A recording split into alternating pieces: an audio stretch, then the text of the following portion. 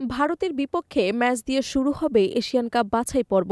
সেই ম্যাচের জন্য বাংলাদেশ ফুটবল ফেডারেশন ৩৮ জনের প্রাথমিক তালিকা প্রকাশ করেছে। বাফুফের এই তালিকায় রয়েছেন শেফিল্ড ইউনাইটেডের হামজা চৌধুরী। তাকে নিয়ে বাংলাদেশের ফুটবলদের সমর্থকদের দীর্ঘদিনের স্বপ্ন পূরণ হবার পথে।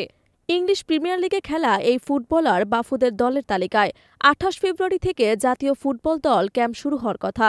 ক্যাম্প শুরুর সময় প্রাথমিক তালিকায় থাকা কয়েকজন খেলোয়াড় রদলবদল হতে পারে। আজ প্রকাশিত ৩৮ ফুটবলারের মধ্যে একটি নতুন নাম ফাহমিদুল ইসলাম।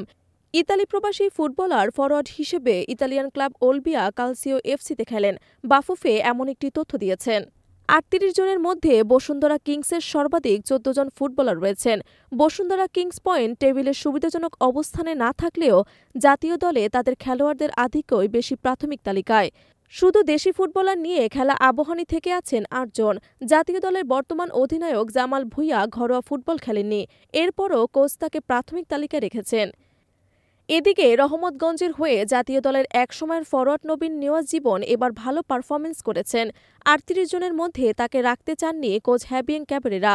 প্রাথমিক দলের কিছু নাম না থাকা ও কিছু অন্তর্ভুক্তি নিয়ে প্রশ্ন রয়েছে। হ্যাবিং ঢাকার বাইরে অবস্থান করায় এ নিয়ে কিছু বলা যায়নি।